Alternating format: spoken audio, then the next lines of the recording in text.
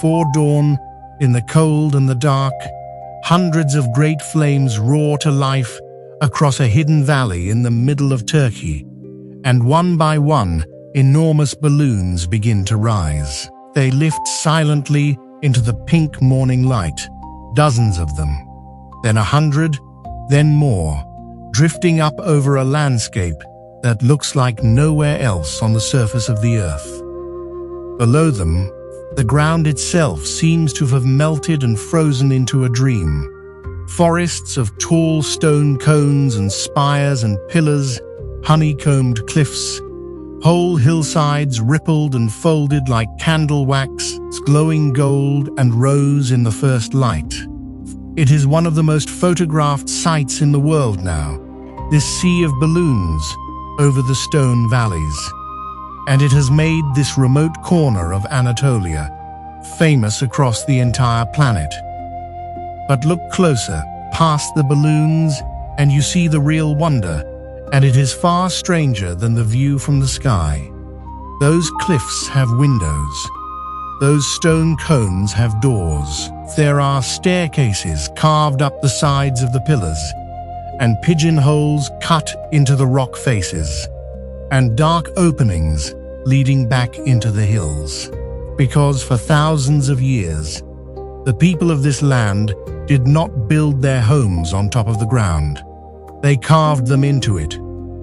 They hollowed out the soft stone and lived inside it, inside the cones, inside the cliffs, inside entire churches cut from single rocks.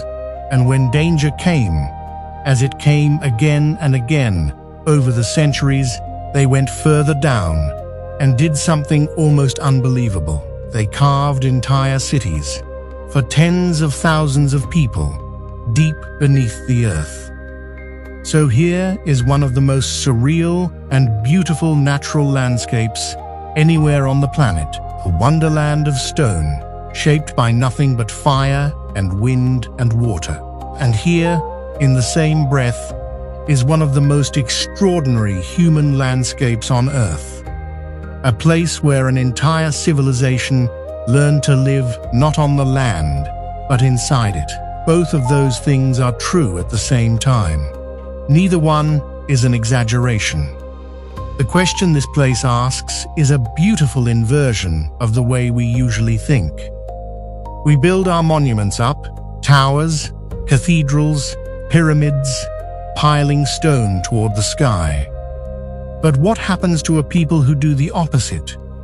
Who find their safety, their homes, their churches, and their very survival not by building upward, but by carving downward into the soft heart of the earth? And what kind of land makes such a life not just possible, but necessary? This is Cappadocia. To understand everything here, you have to understand one thing about the stone. It is soft. Cappadocia was born in fire. Millions of years ago, great volcanoes in central Anatolia, the snow-capped peaks you can still see rising on the horizon, erupted again and again, burying this whole region under enormously thick layers of volcanic ash. Over time, that ash compressed and hardened into a pale, light rock called tuff, or tufa. Tuff has one remarkable, defining quality. It is soft enough to carve with simple hand tools, almost like hard cheese, and yet, once it is exposed to air, surface hardens into a durable shell that can stand for thousands of years. That single fact is the key to Cappadocia. Nature discovered it first. In places, the volcanoes had capped that soft tuff with a thin layer of much harder rock, basalt, from later lava flows. And over hundreds of thousands of years, wind and rain and frost went to work on the landscape, wearing away the soft stone everywhere it was exposed, except directly beneath those hard caps, acted like umbrellas, protecting the pillar of soft rock underneath. And so the land eroded into its astonishing forms, tall, tapering cones of pale tuff, each often crowned with a darker boulder perched improbably on top, like a hat or a hood.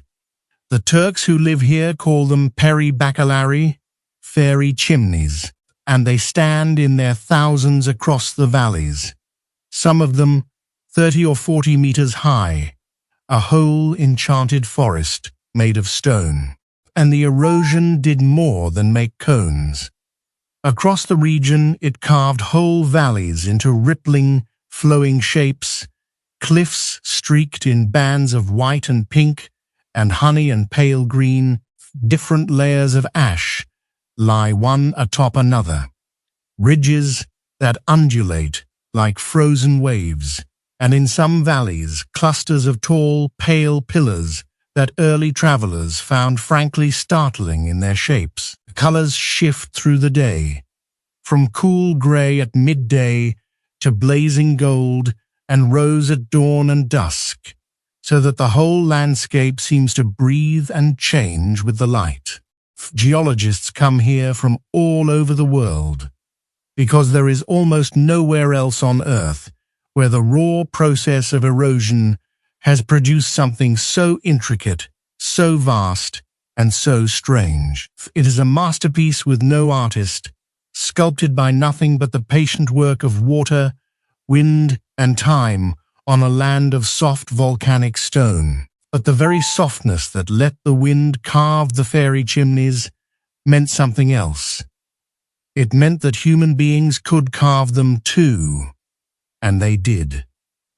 People have lived in these valleys for a very, very long time, since the Stone Age, and from early on, they realized what the land was offering them. The tuff was easy to dig, so instead of hauling stone to build a house, you could simply hollow a house out of a rock. It stayed cool in the ferocious heat of the Anatolian summer and warm in the bitter winter. It cost nothing but labor, and the land was full of it. So they carved.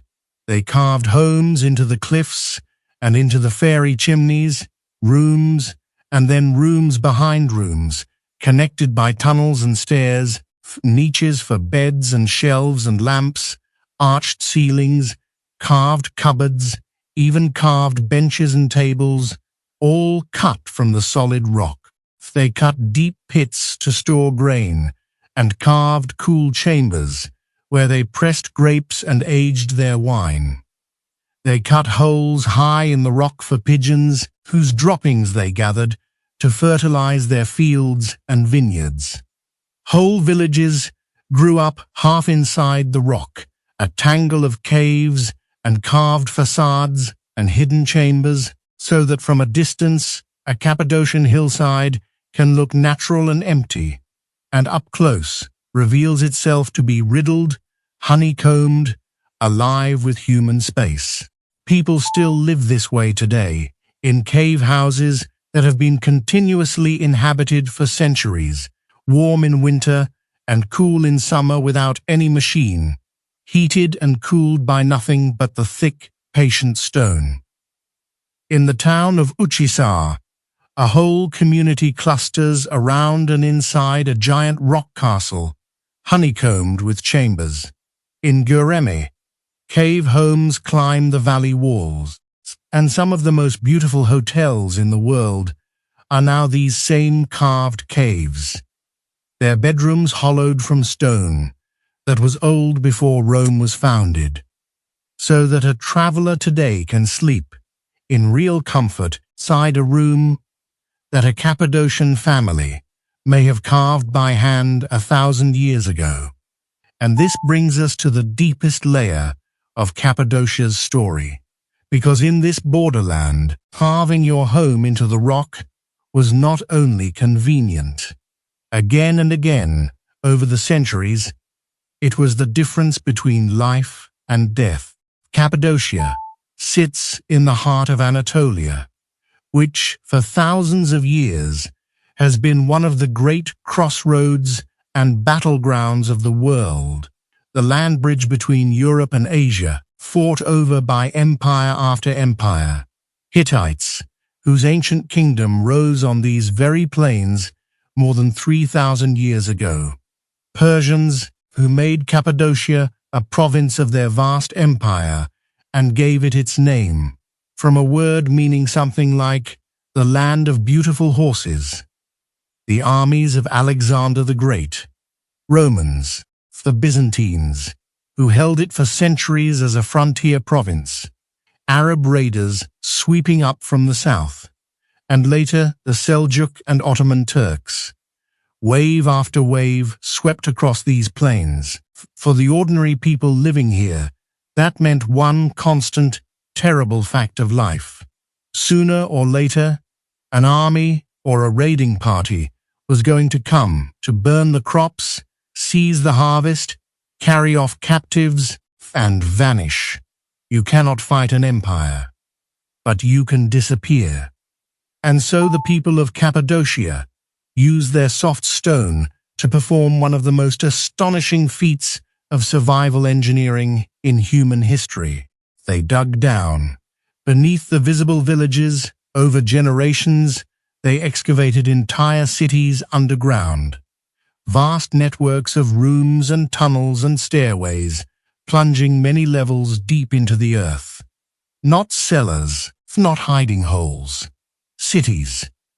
The greatest of them, at places like Derinkuyu and Kaimakli, could shelter thousands of people. By some estimates, tens of thousands, along with their livestock, for weeks or even months at a time. Go down into Derinkuyu today, and the scale of it is almost impossible to believe.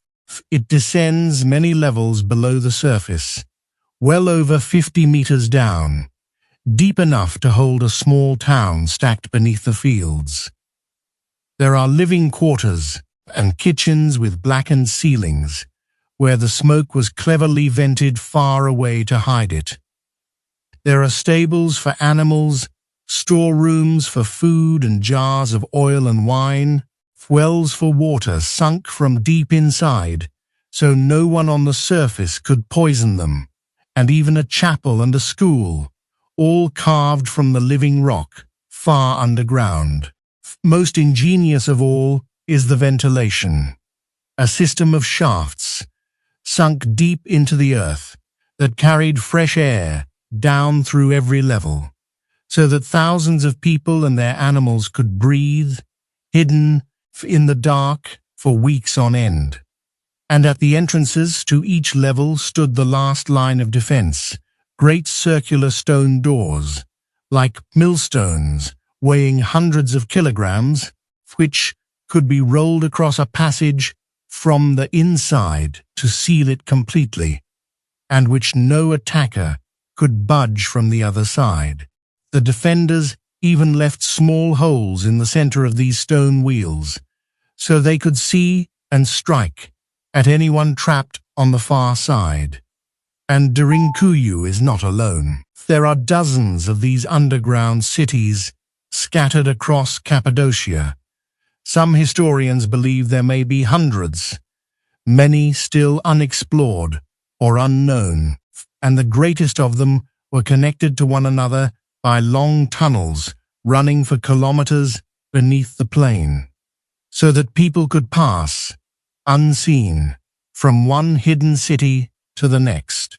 The oldest parts may have been begun thousands of years ago, and then deepened and expanded by later peoples, especially by early Christians hiding from Roman persecution and later from Arab raids. Layer by layer, generation by generation, the people here dug their refuge deeper into the earth.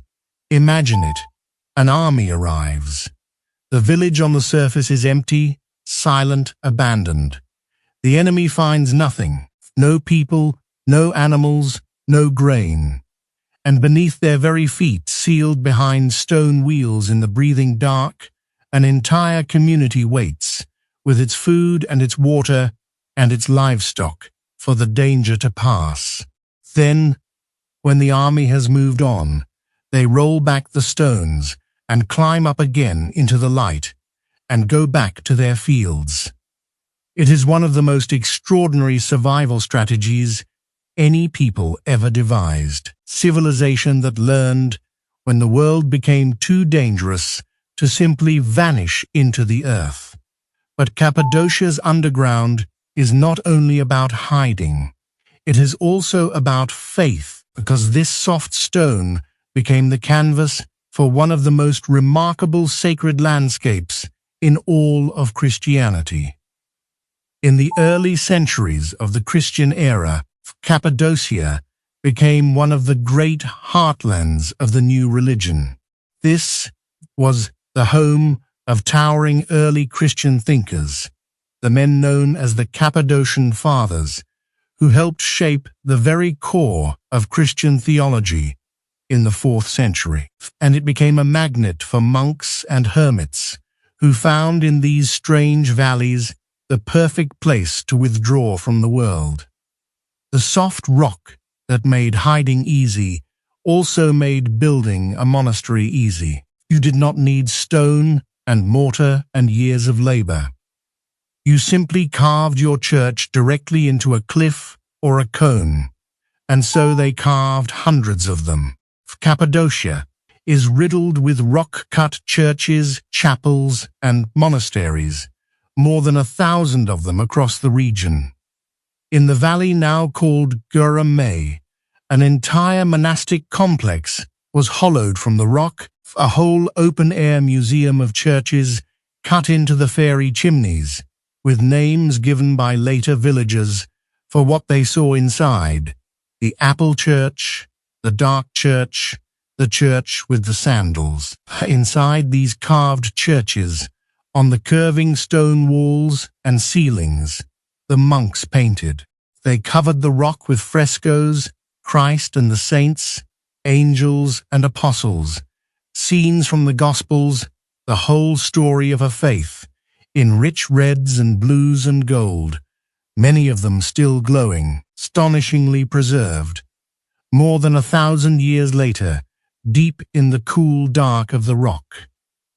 In the ones that were best sealed from the light and the air, like the aptly named Dark Church, colors are so fresh and deep. They look as though they were painted a few years ago, not a millennium. Step from the blinding Anatolian sun into one of these little carved churches and find a Byzantine masterpiece painted on the ceiling of a cave is one of the great, quiet astonishments of this place.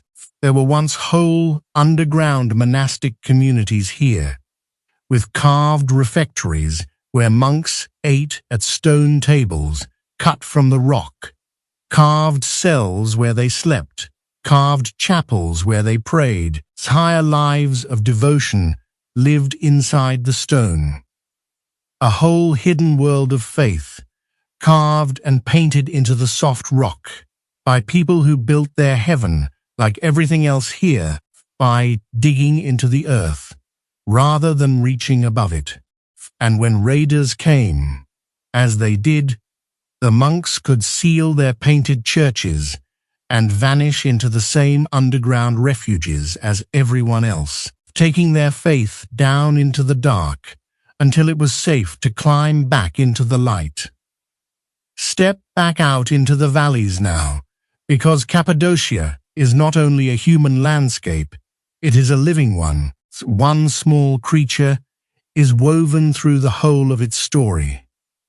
The valleys between the fairy chimneys are green and fertile, watered by streams, planted with vineyards that have made wine here for thousands of years, and with apricots and squash and the pale grapes that dry in the sun. Hawks and eagles ride the thermals above the cliffs. Foxes move through the scrub at dusk. But the animal that truly belongs to Cappadocia, the one the people themselves brought into the very heart of their lives, is the pigeon. Look closely at the cliffs and the fairy chimneys, and you will see everywhere small holes and carved openings, sometimes decorated, sometimes gathered into elaborate carved facades high on the rock.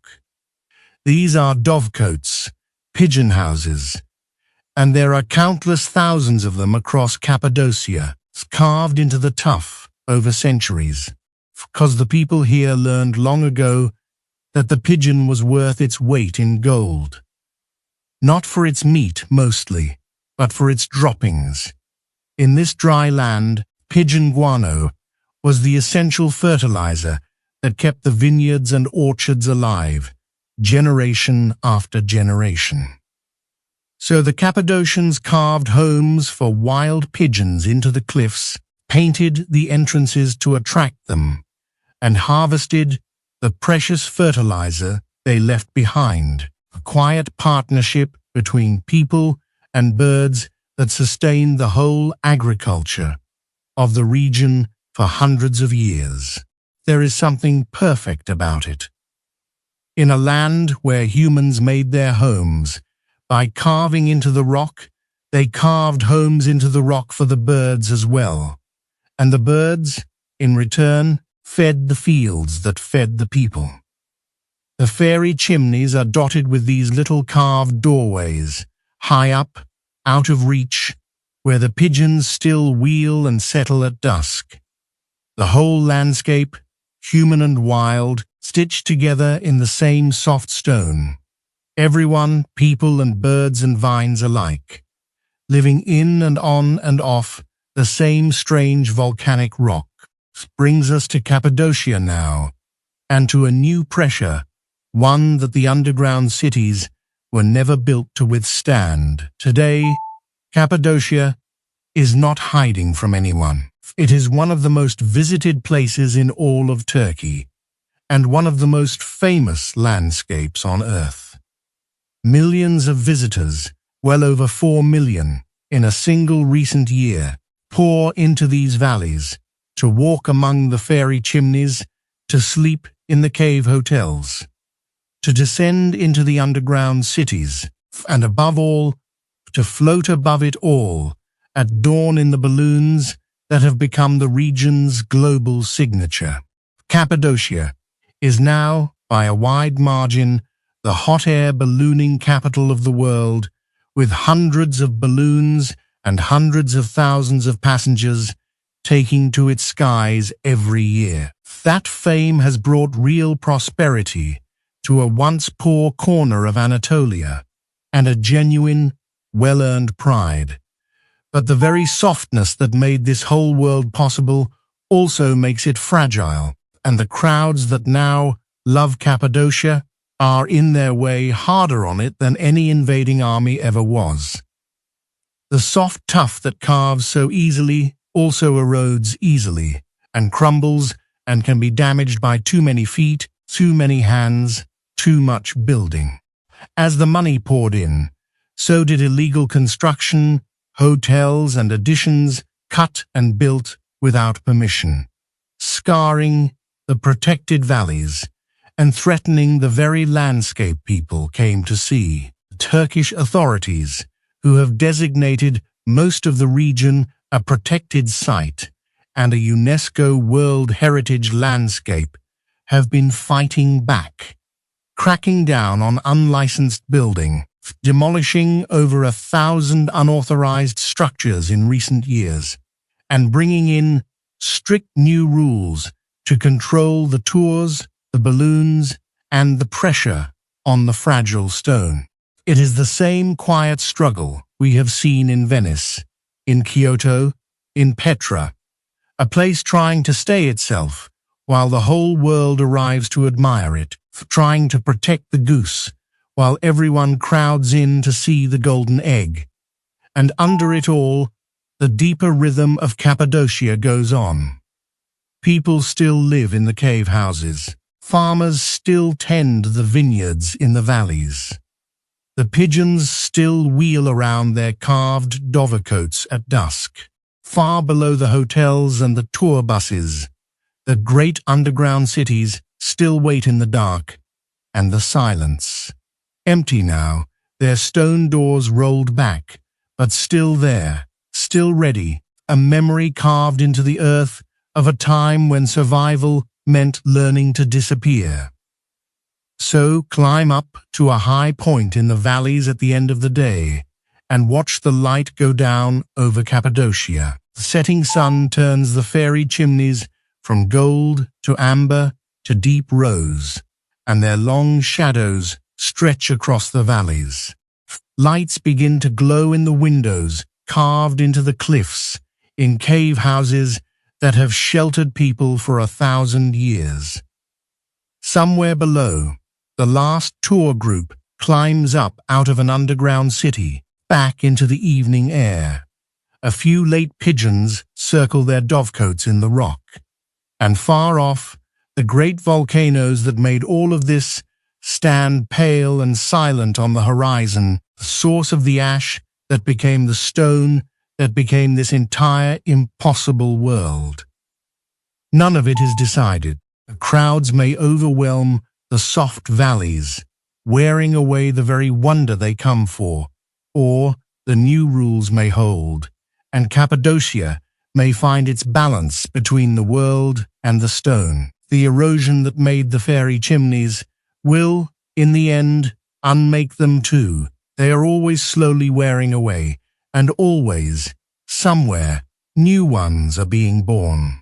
Nothing here is permanent, because the whole landscape is made of the softest of stone. But that was always the secret of this place, and its deepest lesson. Because Cappadocia is the story of a people who looked at the softest, most yielding rock, stone you could carve with your hands, stone the wind itself wears away, and saw not weakness, but possibility. They made it their home, their refuge, their church, and their hiding place. They survived empire after empire by carving down into it. They painted heaven on its ceilings. They lived for thousands of years, not by conquering their strange land, but by yielding to it and shaping themselves to fit inside it. In a world that usually equates strength with hardness and building up, Cappadocia is the quiet, astonishing proof that sometimes the softest thing and the deepest is what endures. Take a breath. Stay a while. The balloons will rise over the fairy chimneys at dawn, whether anyone is here to watch them or not. This has been Where on Earth. Thank you for watching, and until the next journey.